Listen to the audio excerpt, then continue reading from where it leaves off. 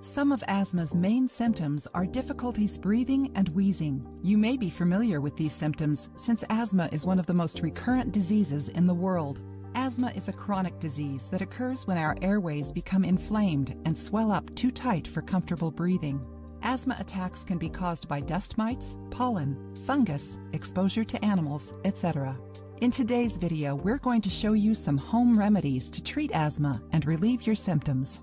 Ginger. Ginger is an excellent asthma remedy because it reduces inflammation in the airways and prevents them from contracting, making breathing easier. You can consume ginger by mixing a spoonful of ground ginger with 1.5 glasses of water. Another way to consume it is through tea. Take 1 inch of ginger and cut it into small pieces. Put the ginger in a pot with boiling water and let it boil for 5 minutes. Drink the tea as soon as it cools. Mustard oil.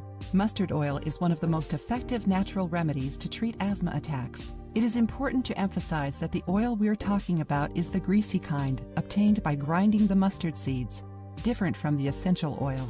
Mix the warm mustard oil with a little salt and massage it into your chest and back several times a day until you get relief from the symptoms. Eucalyptus oil.